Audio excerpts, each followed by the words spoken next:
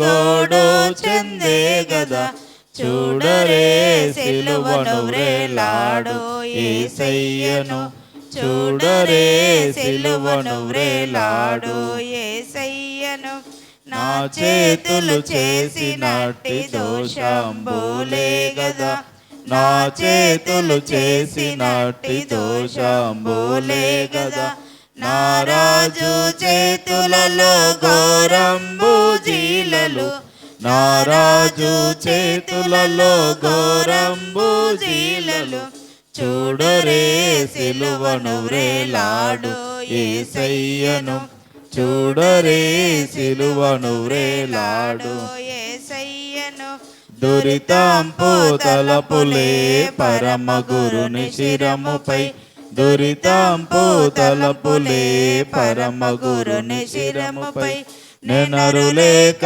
మొత్తెనయో ముల్లా కిరీటమై నెనరులేక మొత్తెనయో ముల్లా కిరీటమై చూడరే సిలువను వ్రేలాడు యేసయ్యను చూడరే సిలువను వ్రేలాడు యేసయ్యను పరుగెత్తి పాదములు చేసిన పాపంబులు పరుగెత్తి పాదములు చేసిన పాపంబులు పరమరక్షకుని పాదములలో నా మేకులు పరమరక్షకుని పాదములలో నా మేకులు చూడరే సిలువను వ్రేలాడు యేసయ్యను చూడరే సిలువను వ్రేలాడు యేసయ్యను పాపేచ్ఛ తోడగూడు నాదు చెడ్డ పడకలే పాపేచ్ఛ తోడగూడు నాదు చెడ్డ పడకలే పరమ గురుని ప్రక్కలోన బల్లెంబు పోటులు పరమ గురుని ప్రక్కలోన బల్లెంబు పోటులు చూడరే సిలువను వ్రేలాడు యేసయ్యను చూడరే సిలువను వ్రేలాడు యేసయ్యను. అందరం కూర్చుందాం. ఉప్పలపాటి రాముడు సంఘ పెద్ద ఉప్పలపాటి రాముడు గారు ప్రార్థన చేస్తారు. అందరము ప్రార్థనలు ఏకీభవించుదాం. తదనంతరం పూజిత ఎఫెసీయులకు రాసిన పత్రిక 5వ అధ్యాయము 15-16 వచనాలు. కృపా కనికరం గల మా పరలోకపు తండ్రి, నాయన పోయిన సంవత్సరం కానుండి ఈ సంవత్సరం వరకు మమ్మలను కాచి కాపాడి నీ ఆలయానికి నడిపించి నిన్ను ఆరాధించే భాగ్యమును దయచేసినందుకు నీ పాదములకు వందనములు స్తోత్రములు చెల్లిస్తున్నాం నాయన. నా దేవా, నీ ఆలయానికి వచ్చిన బిడ్డలందరినీ పేరు పేరు వరుసన దీవించి ఆశీర్వదించు నాయన. నా దేవా, రాక వెనకమైన బిడ్డలు కూడా నువ్వు రప్పించి వాళ్ళను కూడా దీవించి ఆశీర్వదించమని నిన్ను అడుగుతున్నాం నాయన. నాయన, మందిరం శుభ్రం చేసే వాళ్ళను దీవించి ఆశీర్వదించము. మైకు పెట్టే యమన గుందాన్ని దీవించి ఆశీర్వదించము నాయన. కార్మిక కమిటీని దీవించి ఆశీర్వదించము. స్త్రీల సమాజ వారిని దీవించి ఆశీర్వదించము నాయన. నా దేవా, శాంతి సమాధానం మా సంఘములో దయచేయమని నిన్ను అడుగుతున్నాం నాయన. నా దేవా, మేము పరలోకానికి భూలోకానికి విరోధమైన పాపలం నాయన. మేము చేసిన పాపముల కొరకు నాయన చిల్మమాన్ పైన రక్తం చిందించి నాయన నువ్వు మరణించి నీ రక్తంతో అమూల్యమైన రక్తంతో కడిగి మమ్మల్ని పరిస్థితుల్లో నువ్వు చేసిన దేవా, నీ పాదములకు వందనములు స్తోత్రములు చెల్లిస్తున్నాను నాయన. నా దేవా, ఆసుపత్రిలో ఎందరైతే బిడ్డలు ఉండారో నాయన, నీ గాయమైన హస్తంతో ముట్టి వాళ్ళను స్పష్టపరచమని నిన్ను అడుగుతున్నాం నాయన. నా దేవా, మా సంఘంలో ఎవరెవరికి ఏ సమస్యలు ఉండవో, ఎవరికి కాయల కష్టాలు ఉండవో దర్శించి వాళ్ళను కూడా దీవించి ఆశీర్వదించమని నిన్ను అడుగుతున్నాం నాయన. నా దేవా, పాస్టర్ అయ్యను దీవించి ఆశీర్వదించం నాయన. పాస్టర్ అమ్మను దీవించి ఆశీర్వదించం. వాళ్ళకి ఇచ్చిన బిడ్డని దీవించి ఆశీర్వదించం. వాళ్ళ తల్లిదండ్రులను దీవించి ఆశీర్వదించం. రక్త సంబంధికులను దీవించి ఆశీర్వదించం నాయన. రాజకీయ నాయకులకు మంచి జ్ఞానాన్ని ఇచ్చి దేశానికి ఎటువంటి సేవ చేయాలో వాళ్ళకు మంచి జ్ఞానాన్ని ఇచ్చి మంచి సేవ చేసే కృపను దయచేయమని నేను అడుగుతున్నాం నాయన. నా దేవా, కంపౌండ్ వాళ్ళను పాస్టర్ గృహానికి నాయనా దాతలు ముందుకొచ్చి ధన సహాయాన్ని చేసి పూర్తి చేయమని నిన్ను అడుగుతున్నాం నాయన. నా దేవా, కాంపౌండ్ వాళ్ళను పాశ్రయ గృహానికి పూర్తి చేయమని నిన్ను అడుగుతున్నాం. మేము ఖాళీ హృదయాలతో వచ్చాము. నిండు రోజులతో నీ వాక్యాన్ని నింపి మెండైన దీవెనలు నింపు పంపమని నజరుడైన యేసు పరిశుద్ధ నామమున బీదముల చెంత బీద పాపినై నీ పాదముల చెంత ప్రతిమాలు ఏడుకుంటున్నా తండ్రి. ఆమేన్.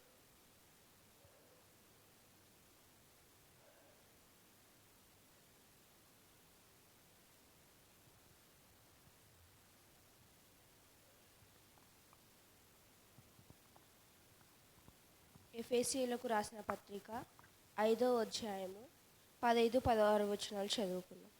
దినములు చెడ్డవి గనుక మీరు సమయమును పోనీయక సద్వినియోగము చేసుకొనుచు అజ్ఞానుల వలె కాక జ్ఞానుల వలె నడుచుకొనున్నట్లు జాగ్రత్తగా చూచుకొనుడి. దేవుడు తన పరిశుద్ధ వాక్యం దీవించున్నారు. రణసీమ ప్రార్థన చేస్తారు. అందరు ప్రార్థనలోకి భవించుదాం. ప్రేమ నమ్మకం గల మా ప్రియ పరలోక రాజా, నీ ఘనమైన పాదములకు స్తుతి స్తోత్రం చేస్తున్నాను తండ్రి. ప్రభా, అవునైనా తండ్రి, ఈ ఎగ్జామ్ని మేల్కొల్పి నీ సన్నిధానంలో చేర్చి నేను ప్రార్థించే కృపను దయచేసిన విధానాన్ని బట్టి నీకు స్తోత్రాలు చెల్లిస్తున్నాను తండ్రి. ప్రభా, అవునైనా తండ్రి, నీ దైవసేకుడు ఏ వర్తమానం అయితే చెప్పుతూ ఉన్నాడో తండ్రి, ఆ వర్తమానం తండ్రి ప్రభా మేము మినిట్స్ పెట్టకుండా మా హృదయంలో ఫలించి పిలుస్తుందో ఆ విధంగా ఫలించడం కృప దయచేయండి. గొప్ప దేవానికి స్తోత్రం చేస్తున్నాను తండ్రి. ప్రభా, అవునైనా తండ్రి, నీ ఆత్మతో అభిషేకంతో మమ్మల్ని నింపండి. గొప్ప దేవానికి స్తోత్రమైన మా కొరకు నేను తండ్రి నువ్వు నలగొట్టబడి నీ రక్తాన్ని ఖర్చి మరణం చేసి తిరిగి లేసిన మా గొప్ప దేవానికి స్తోత్రం చేస్తుంటాను. నీ కృతజ్ఞాస్తుతి చేస్తున్నాను తండ్రి. ప్రభా, సంఘాన్ని అభివృద్ధి పరచుకున్న సంఘ పెద్ద దీనికి ఆశ్రయించండి తండ్రి. ప్రభా, నీకు స్తోత్రం చేస్తున్నాను తండ్రి. ఇక్కడొచ్చిన ప్రతి బిడ్డను తండ్రి పేరు పేరు దీనికి ఆశ్రయించి బలపరుస్తామని అడుగుచుంటూ నీకే ఘనత మహిమ ప్రభావం అర్పించుకుంటూ నజరేయుడైన యేసుక్రీస్తు నామమున నడుచున్నాను తండ్రి. ఆమేన్.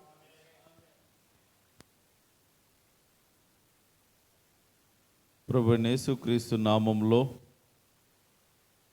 యేసుక్రీస్తు శిలువ శ్రమల అనుదిన ధ్యాన కార్యక్రమంలో భాగంగా ఈరోజు ఈ ఉదయమున దేవుని సముఖములో చేరిన మీ అందరికీ ప్రభు నామమున శుభములు వందనాలు తెలియజేస్తూ ఉన్నాను. అందరికి వందనాలు.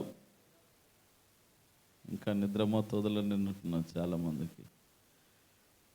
అందరు బాగున్నారా? మంచిది. ప్రభు నందు ప్రేమణ దోమ బిడ్డలారా, వాక్యం చదువుకుందాం. అపోస్తుడైన పౌలు ఎఫెసీ సంఘానికి వ్రాసినటువంటి పత్రిక 5వ అధ్యాయము 15-16 వచనాలు మనం చదువుకోవడం జరిగింది. దినములు చెడ్డవి గనుక మీరు సమయమును పోనీయక సద్వినియోగము చేసుకొనుచు అజ్ఞానుల వలె కాక జ్ఞానుల వలె నడుచుకున్నట్లు జాగ్రత్తగా చూచుకునుడి అనేటటువంటి ఒక అద్భుతమైనటువంటి మాట అపోస్తుడైనటువంటి పౌలు మరి ఎఫెసు పట్టణంలో ఉన్నటువంటి సంఘానికి ఈ మాట వ్రాస్తున్నటువంటి సందర్భాన్ని చూస్తూ ఉన్నాం. ప్రేమణ దౌం బిడ్డలారా, వారందరూ కూడా మంచి విద్యావంతులైనటువంటి వాళ్ళు ఆ సంఘంలో ఉన్నారు. దైవాన్ని గురించి అనగా దేవుని గురించి అనేక విధాలుగా పరిశోధించి తెలుసుకునేటటువంటి మంచి మహా జ్ఞానము కలిగినటువంటి వాళ్ళు ఉన్నారు. పండితులు ఉన్నారు. సంపన్నులైనటువంటి వారు కలిగినటువంటి వారందరూ కూడా సంఘంలో ఉన్నారు. ప్రేమణ దోంబిడ్లర్ అనేక విషయాలు చెప్పుకుంటూ వస్తూ ఉన్నాడు. మరి అపోస్తుడైనటువంటి పౌలు తన జీవన సువార్త యాత్రలో అనేక సంఘాలను స్థాపించాడు. ముఖ్యంగా ఆయన వ్రాసినటువంటి పత్రికలు ఏవైతే ఉన్నాయో సంఘాలకు, ఆ సంఘాలన్నీ కూడా కొంచెం పేరుగాంచినటువంటి పట్టణాలలో ఉన్నట్లుగా మనం గమనించాలి. ఎఫెసీ, ఫిలిప్పి, కొలస్సి, తర్వాత కొరంతి, ఈ రీతిగా తర్వాత గలతీయ.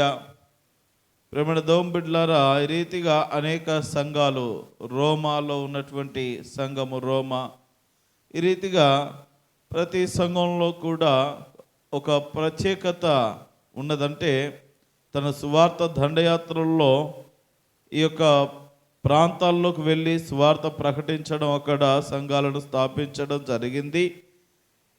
ఒక్కొక్క సంఘం ప్రత్యేకత ఒక సంఘానికి లేకుండా, ఓ సంఘంలో ఇదిగో చదివే వాళ్ళు ఉన్నారు, ఒక సంఘంలో మంచి తత్వజ్ఞానం కలిగిన వాళ్ళు ఉన్నారు, విచిత్రమైనటువంటి మనస్తత్వాలు, అభిప్రాయాలు కలిగినటువంటి జనాభా ఆ పరిస్థితుల్లో ఉన్నారు. అయితే ఎవరికి వారి ప్రాబ్లం ఏంటో, వారి సమస్య ఏంటో దాన్ని బట్టి ఆ పత్రికలు వ్రాయడం జరిగింది. ముఖ్యంగా ఎఫెసీ పట్టణంలో ప్రేమణ దౌంబుల్లో మనం గమనించినట్లయితే సంఘం యొక్క ప్రాముఖ్యతను గురించి ఈ పత్రిక రాసినట్లుగా మనం చూస్తాము.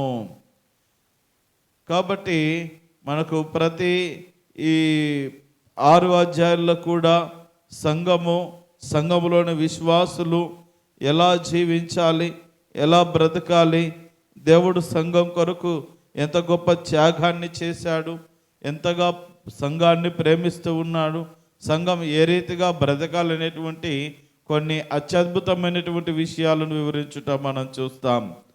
ఈ క్రమంలో చెప్తున్నటువంటి ఒక అత్యద్భుతమైనటువంటి మాట, దినములు చెడ్డవి గనుక మీరు సమయమును పోనీయక సద్వినియోగము చేసుకోవాలని చెప్తా ఉన్నాడు. సద్వినియోగము చేసుకునుచు అజ్ఞానుల వలె కాక జ్ఞానుల వలె బ్రతకమని చెప్తా ఉన్నాడు. జ్ఞానులు సమయాన్ని వ్యర్థం చేయరు. జ్ఞానము కలిగినటువంటి వారు సమయాన్ని సద్వినియోగం చేసుకుంటారనగా ఉపయోగించుకుంటారు. చాలా సందర్భాల్లో మనము చెప్పేటటువంటి మాట ఏంటంటే, ప్రతి విషయంలో పని చేయడానికి కానీ, ప్రార్థన చేయడానికి కానీ, ప్రార్థన రావడానికి కానీ టైం లేదండి అని చెప్తాం. ఉన్న టైం ఏమో మనం వ్యర్థం చేసి, నిజంగా ఒకవేళ నీ పనుల భారమును బట్టి, లేకపోతే నీ వ్యక్తిగత విషయాలను బట్టి సమయము లేదు అనేటటువంటి మాట ఒకవేళ నిజమైతే దాన్ని మనము ఏమీ చేయలేని పరిస్థితి. కానీ కొన్ని సందర్భాల్లో మనం చేసే పొరపాటు ఏంటంటే, దేవుడిచ్చినటువంటి సమయాన్ని వ్యర్థము చేసేసి అంత అయిపోయాక, అయ్యో నాకు టైం లేదండి, అందుకే నేను రాలేకపోయాను, అందుకే నేను చేయలేకపోయాను, అందుకే నేను వెళ్ళలేకపోయాను అనేటటువంటి మాటలు సాధారణముగా మరి నేటి మనుషుల నోటు నుండి వెలువడుతూ ఉన్నాయి. ప్రేమైన దోంబిడ్లారా, ఈ సమయం అనేటటువంటిది దేవుడు ప్రజలందరికీ సమానంగా ఇచ్చాడు. ఒకరోజు ఎక్కువ, ఒకరోజు తక్కువ అనేటటువంటిది లేదు. రోజుకి 24 గంటలు, సంవత్సరానికి 365 రోజులు, నెలకు 30-31 రోజులు, ఈ రీతిగా సమయాన్ని అందరికీ సమానంగానే ఇచ్చాడు. దాన్ని సద్వినియోగం చేసుకున్నట్టులో మరి మనము వ్యవహరించేటటువంటి తీరు మరి సరిగ్గా ఉండాలని మనము జ్ఞాపకం చేసుకోవాలి. ఎవరైతే ఉన్నటువంటి సమయాన్ని ఉపయోగించుకొని, దాన్ని చక్కగా అన్వయించుకొని, ఉపయోగించుకొని ముందుకు వెళ్తారో వారు జ్ఞానవంతులు. అలాగున్న జ్ఞానుల వల్ల బ్రతకండి. సమయాన్ని వ్యర్థము చేసేటటువంటి వాళ్ళు అజ్ఞానులు. ఆ రీతిగా అజ్ఞానులుగా ఉండకూడదు. సమయాన్ని కాస్త సద్వినియోగం చేసుకోండి అంటూ చక్కగా అపోస్తుడైన పౌలు ఎఫెసీ సంఘానికి వ్రాస్తున్న మాటలు, ఈ రోజున దేవుడు మనతో మాట్లాడుతున్న మాటలు ఇక్కడ మనం చదువుకుని ఉన్నాం. దేవునికి మహిమ కలుగును గాక. జెఫన్యా గ్రంథము 2వ అధ్యాయం 1వ వచనం చదవండి. జెఫన్యా గ్రంథము 2వ అధ్యాయము 1వ వచనం. అది ఎక్కడ ఉంటుంది అన్నట్టుగా తిరిగేస్తున్నారు. ఫస్ట్ మీరు ఈ ఒక గోల్ పెట్టుకోండి. 40 రోజులు పూర్తయ్యే లోపల యవనస్తులందరూ 66 పుస్తకాలు అనర్గళంగా చెప్పాలా. మీకు పోటీ పరీక్ష ఇదే. ఈ పోటీ పరీక్షలు నెగ్గండి ఫస్ట్. తీసారా? 2వ అధ్యాయం 1వ వచనం. సిగ్గుమాలిన జనులారా, కూడిరండి, పొట్టుగాలికి ఎగురునట్లు సమయము గతించుచున్నది. ప్రేమణ దోమ బిడ్డలారా, మన జీవితంలో ఏది పోయినా తిరిగి వస్తుందేమో కానీ సమయము మనం ఎటు తిరిగి తీసుకురాలేం. కొంచెం ఘాటుగా ధీటుగా తన ప్రజలతో దేవుడు మాట్లాడి వాళ్ళు సమయాన్ని లెక్క చేయడం లేదు. ఉన్న సమయాన్ని ఉపయోగించుకోవడం చేతగాక, ప్రభువా నాకు మరొక అవకాశం ఇవ్వు, మరలా సమయం ఇవ్వు, మరలా అనేటటువంటి భావనలో మనం బ్రతుకుతూ ఉంటాం. కొన్ని సమయాలు మనము ముఖ్యంగా ఏది మనము కోల్పోయినా తిరిగి పొందుకోగలమేమో కానీ సమయాన్ని మాత్రం అసలు పొందుకోలేం. కనుక ఈ లోకంలో అన్నిటికంటే ముఖ్యంగా మిన్నగా సమయాన్ని సద్వినియోగం చేసుకోవడం ప్రతి క్రైస్తవురాలు మరి అదే విధముగా సంఘము నేర్చుకోవాల్సిన అవసరత ఉన్నదని ఎన్ని సమయముగా మనవి చేస్తూ ఉన్నాను. సమయము గతించిపోయేది, అది ముందుకు వెళ్ళిపోతూ ఉంటుంది, వెనక్కి వచ్చేది కాదు సమయము. కాబట్టి సమయం గతించిపోతూ ఉన్నది, సమయము ముందుకెళ్తూ ఉన్నది. కనుక ఉన్న సమయాన్ని, దేవుడు నీ జీవితంలో అనుగ్రహించిన సమయాన్ని కాస్త నువ్వు సద్వినియోగము చేసుకొని నువ్వు చక్కగా వ్యవహరిస్తే నీ జీవితం బాగుంటుంది. అటు నీ కుటుంబము, ఇటు సంఘము, ఇటు ఆత్మ సంబంధమైనటువంటి నీ జీవితము మెరుగుపడుతుందనేటువంటి అత్యద్భుతమైనటువంటి విషయాలను దేవుడు మనకు బయలుపరుస్తూ ఉన్నాడు.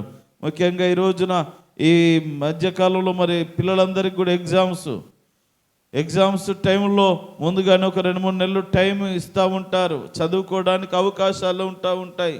అప్పుడేమో ఫోన్లు పట్టుకొని స్టైల్ కొట్టుకుంటా, సోకులు పడుకుంటా, ఫోన్లలో టీవీలలో అనవసరమైనటువంటి విషయాల్లో వాళ్ళు జోక్యం చేసుకొని ఉన్న సమయాన్ని వ్యర్థం చేసుకోకుండా సమయం వచ్చేసరికి ఇదిగో నాలాంటి పాస్టర్ గారు ఎవరో ఒకరు తెల్ల బట్టలు వేసుకొని సూట్లు బూట్లు వేసుకొని కనపడతారు కదా, పాస్టర్ అయ్యా ప్రార్థన చేయండి అని ఏనాడు చదువని ఆ మొహాలు వచ్చి పాస్టర్ గారుల చేత ప్రార్థన చేయించుకొని, లేకపోతే వాళ్ళు ఏదో మొక్కుబడి చేసుకొని ప్రభువా నువ్వు నన్ను పాస్ చేయిస్తే నేను ఇది చేస్తానని మొక్కుబడులు చేసుకుంటూ ఉంటారు. అలా చేసుకోవడం తప్పని నేను అనను, ప్రార్థన సహాయము కోరడం తప్పని నేను చెప్పను. కానీ దానికి తగినటువంటి సమయాన్ని సద్వినియోగము చేసుకునేటటువంటి పరిస్థితి కూడా యవ్వన బిడ్డల్లో ముఖ్యంగా స్టూడెంట్స్లో ఉండాలి కదా.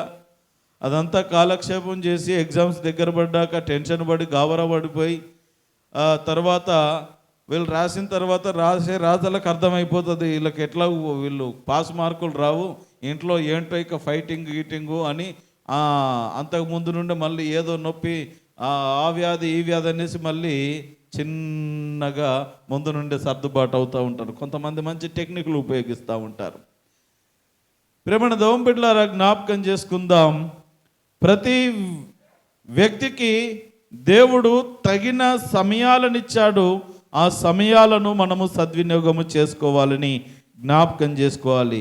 దేవునికి మహిమ కలుగునుగాక. 2 చేతులు పైకెత్తండి, దించండి, మరలా హల్లెలూయా. జాగ్రత్తగా వినండి. ప్రేమణ దోమ బిడ్డలారా, వాక్యం సెలవిస్తూ ఉన్నది, దినములు చెడ్డవి గనుక సమయం మనకు ఒకటే గనుక ఉన్న సమయాన్ని సద్వినియోగం చేసుకుని కాస్త జ్ఞానము కలిగి బ్రతకాలని వాక్యం సెలవిస్తూ ఉన్నది. మరి దేవుని ప్రజలమైనటువంటి మనము ఏ విషయములో సమయాన్ని సద్వినియోగం చేసుకోవాలి అనేటటువంటి 5 విషయాలు చెప్పి నేను ముగిస్తాను. దేవుని ప్రజలముగా ఏ విషయాలలో మనము సమయాన్ని సద్వినియోగము అలాగా ఉపయోగించుకోవాలో చూద్దాం. మొదటిది కీర్తనల గ్రంథము 69వ కీర్తన 13వ చరణం. 69వ కీర్తన 13వ చరణం. యెహోవా, అనుకూల సమయమున నేను నిన్ను ప్రార్థించుచున్నాను. దేవా, నీ కృపా బాహుల్యమును బట్టి, నీ రక్షణ సత్యమును బట్టి నాకు ఉత్తరమిమ్ము. ప్రేమణ దోమ బిడ్డలారా, అనుకూల సమయమున నేను నిన్ను ప్రార్థిస్తున్నాను అని భక్తుడు చెప్పుచున్న మాట ఇక్కడ మనం చూస్తూ ఉన్నాం. మనము ఏ విషయంలో సమయాన్ని సద్వినియోగం చేసుకోవాలి అని అంటే, దేవుడు మనకిచ్చిన సమయంలో ప్రార్థించడము మనము నేర్చుకోవాలి.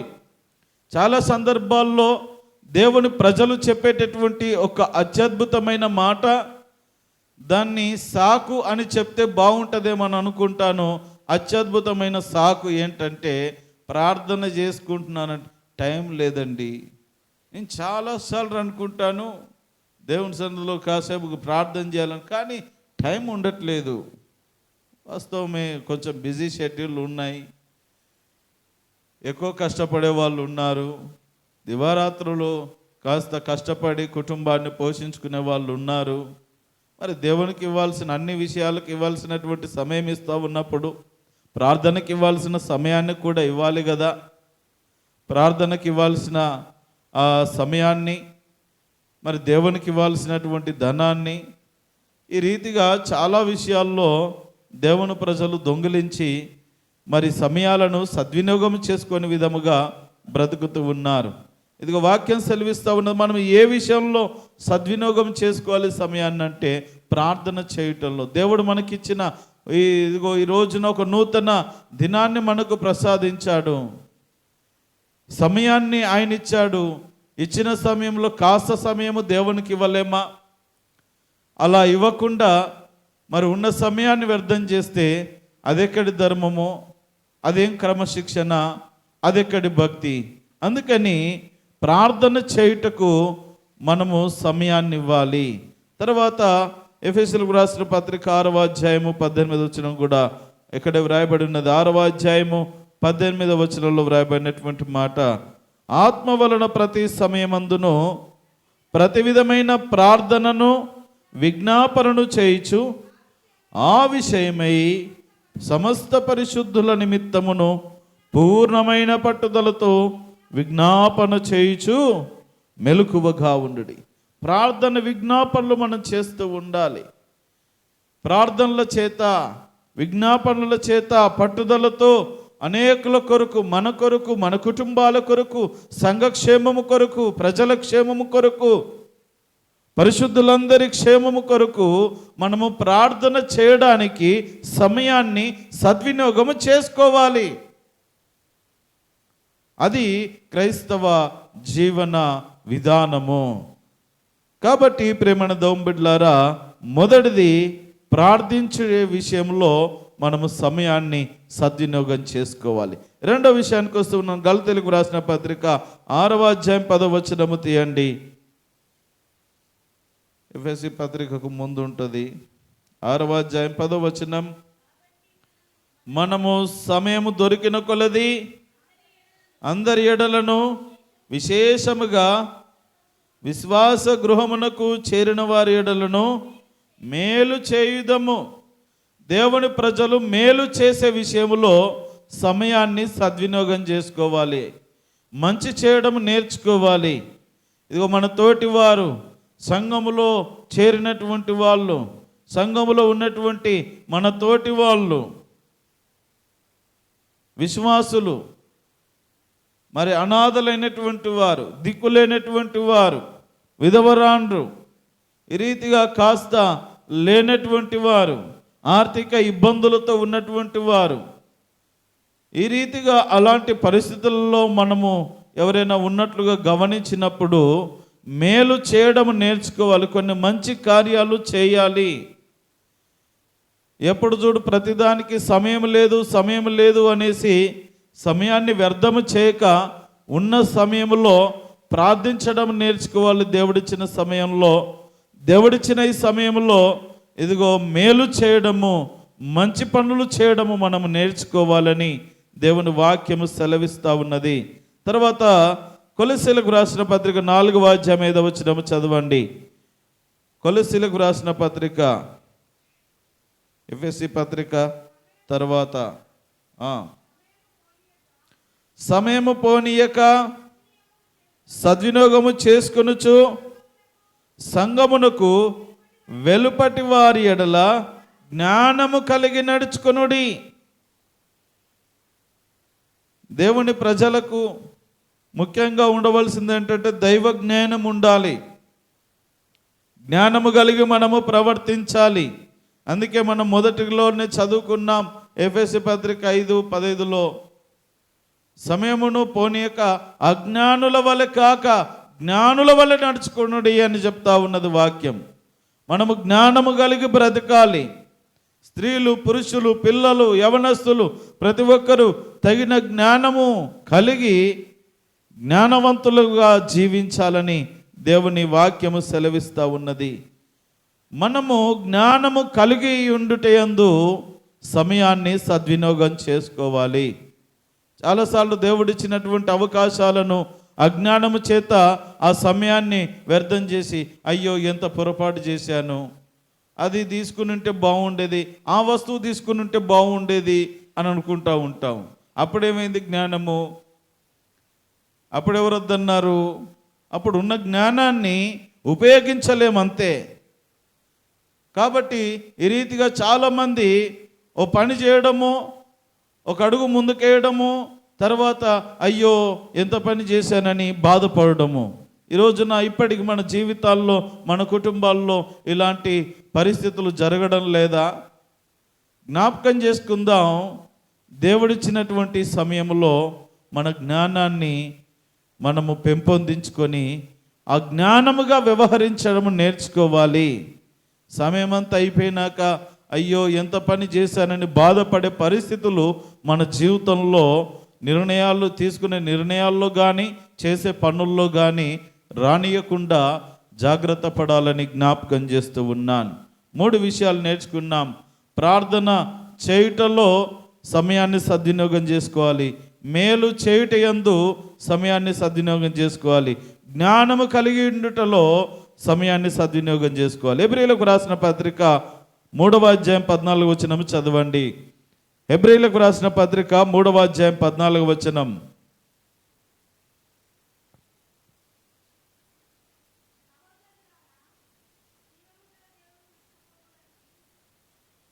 హెబ్రీయులకు రాసిన పత్రిక 3వ అధ్యాయము 14వ వచనం.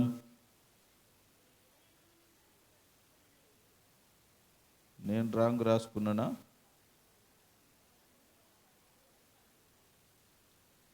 చదవండి. పాపం వలన కలుగు భ్రమ చేత మీలో ఎవడును కఠినపరచబడుకుంటున్నట్లు నేడు అనబడు సమయముండగానే ప్రతి దినమును ఒకనినొకడు ఉన్నదా? ఏ వచనములు ఉన్నది అది? రైట్, అదే టిక్ పెట్టుకోండి.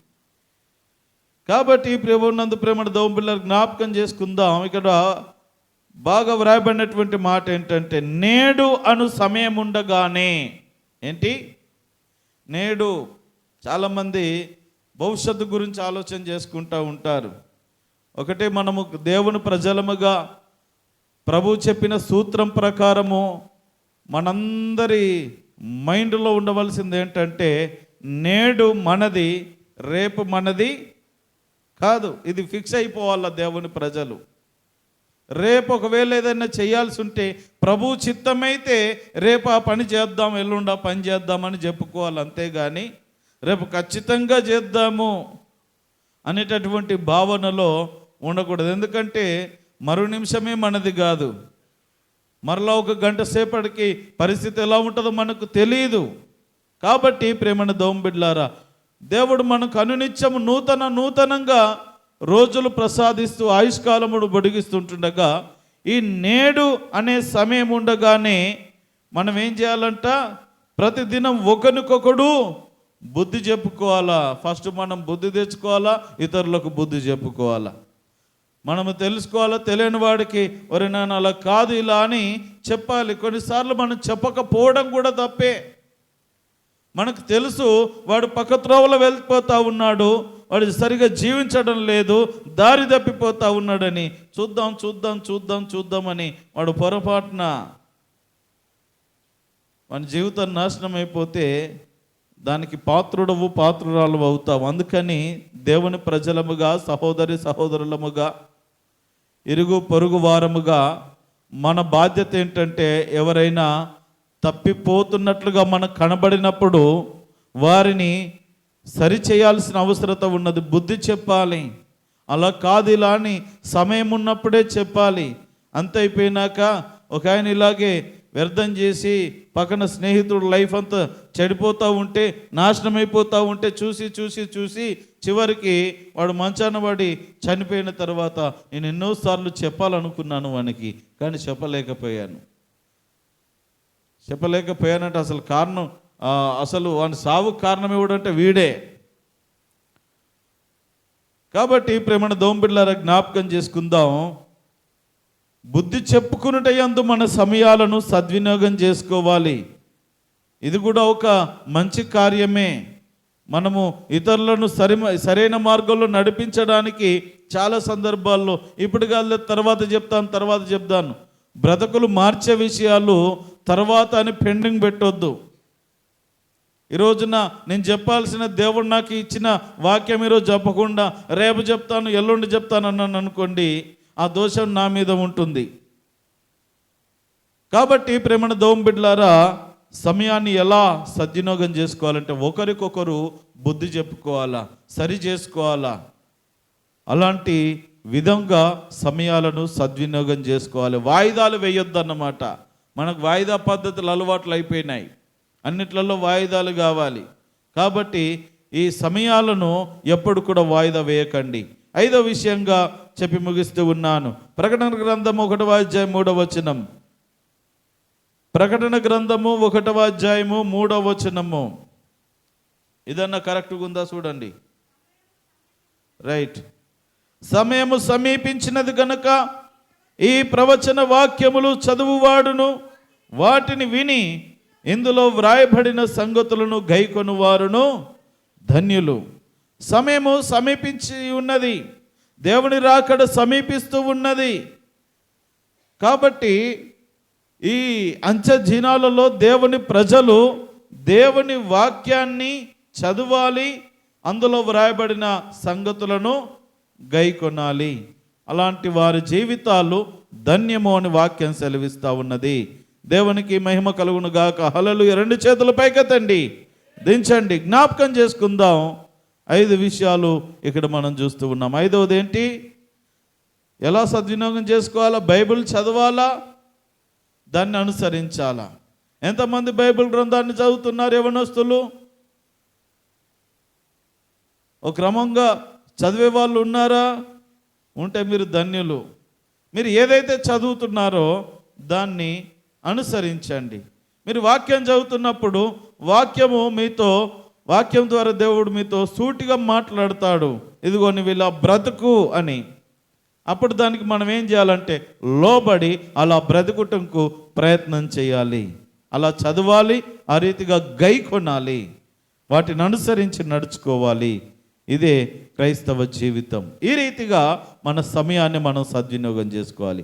5 విషయాల్లో మనము సమయాలను సద్వినియోగం చేసుకోవాలి. మొదటిది, ప్రార్థన చేసే విషయంలో సమయాన్ని సద్వినియోగం చేసుకోవాలి.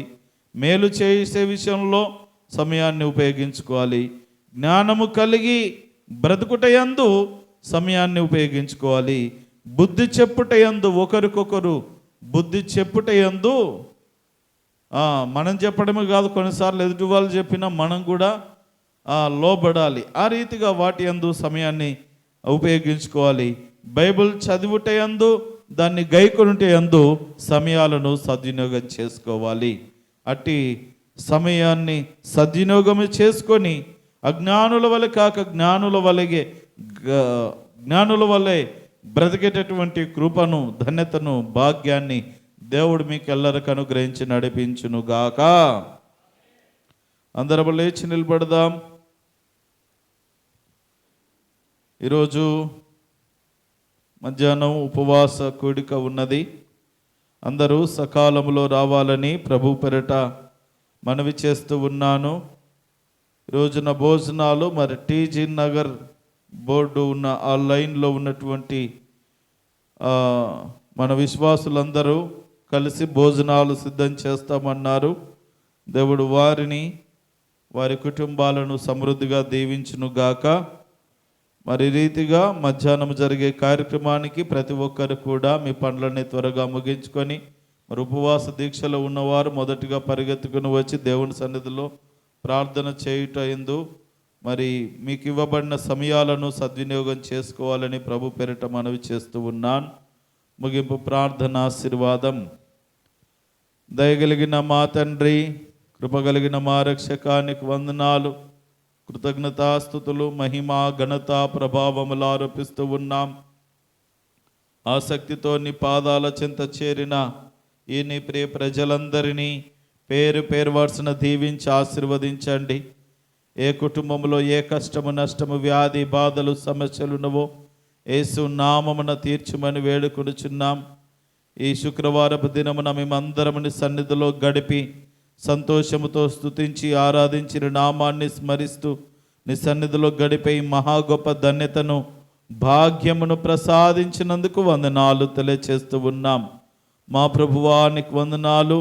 మరి రోజున జరిగే మధ్యాహ్న ఉపవాస కూడికలోను, మరి రాత్రి సంపూర్ణ రాత్రి కూడికలోను తోడుగా ఉండి ఈ కార్యక్రమాలన్నిటి ద్వారా మీరు మహిమ పొందమని, భోజనాలు సిద్ధపరుస్తున్న వారిని మా ప్రభువా మరి కార్యక్రమాలకు ప్రత్యక్షంగా పరోక్షంగా తోడ్పడుతున్నటువంటి వారిని దీవించమని, మందిరాన్ని శుభ్రం చేస్తున్నటువంటి బిడ్డలను మా ప్రభువా మరి చక్కగా ఈ కార్యక్రమాలు బృందమును దీవించమని ప్రార్థిస్తూ ఉన్నాం. ఈ రీతిగా దినమంతట్లో యవన బిడ్డల చదువుల్లో, వారు రాసే ఎగ్జామ్స్లో మా ప్రభువా మరి తోడుగా ఉండండి.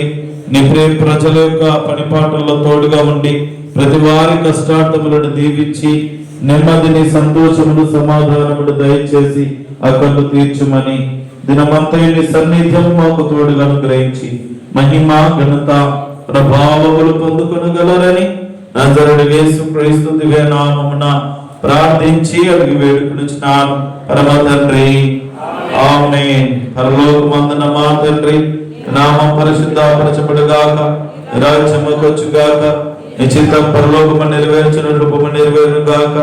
మానదిన ఆహారం మాకు దయచేయి, మనసులు క్షమించడం ప్రకారం మీరు మనం క్షమించము, మమ్మల్ని శోధనలకు కాకుండా తప్పించము. ఎందుకంటే రాజ్యము, బలము, మహిమ నిరంతరము నీవే నావు తండ్రి. తండ్రి, కుమార, పరిశుద్ధాత్మిక నిన్న సహవాసం, కృపా, కాపుదల, సంరక్షణ, ఆరోగ్యములు, శాంతి, సమాధానములు, ఆసక్తితో ప్రభు సౌకర్య చరణి మీకు ఎల్లరికి, వ్యక్తిగత జీవితాలకు, మీ కుటుంబాలకు ఇప్పుడు ఎల్లప్పుడూ సదాకాలము తోడని నడిపించును గాక. ఆమేన్.